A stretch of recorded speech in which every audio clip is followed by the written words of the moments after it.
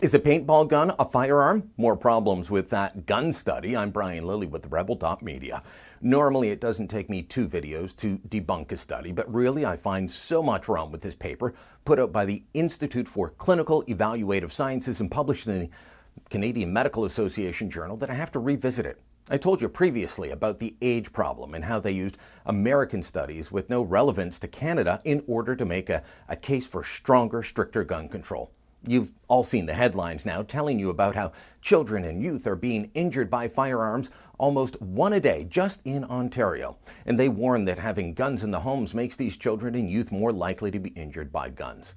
To support that last claim, they cite an American study without bothering to point out that Canada's gun laws, including gun storage laws, much different, much stricter.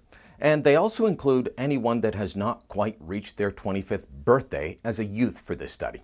So someone that is 24 years, 11 months, and 29 days old and is injured with a firearm is included in this study that's being used to scare people about little kids finding daddy's loaded pistol and shooting themselves or some other kid.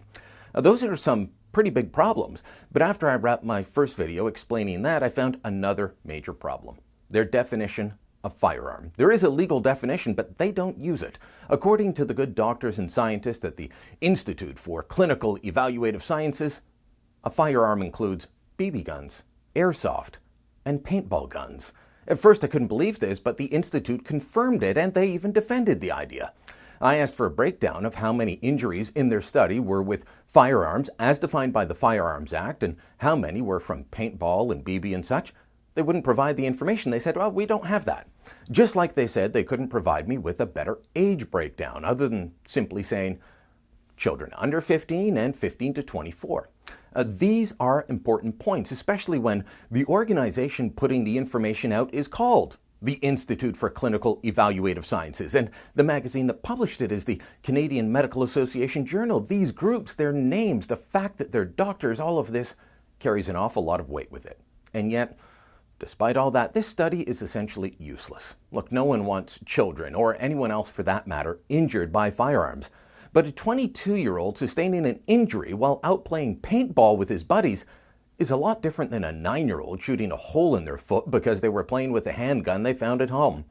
And I would guess that the majority of the injuries are more akin to the 22-year-old being a weekend warrior at paintball and not the 9-year-old. The stats in the study already point that way. They point out the most common injuries were in the older cohort. It's why I asked for a better breakdown of the ages. This is supposedly a study of children and youth, so I wanted to know how many of the people they included as injured were children or youth or actually adults.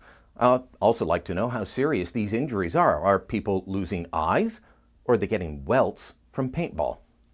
Again, a very big difference. Despite not being able to tell us how many people in the study were adults instead of children or youth, despite not being able to tell us the severity of the injuries covered, despite not being able to tell us how many injuries were from actual firearms and how many were from BB guns, airsoft, or paintball guns, the study authors do know what they want. They want more gun control. They not only call for stricter gun control in the paper, they also coordinated the release of their study with the Canadian Pediatric Society and their new guidelines released at the same time, which includes having your child's doctor ask you if you have guns in the home, and if you do, warn them. Well, they're supposed to warn you it's not a good idea, and if you're a good parent, you'll get rid of them.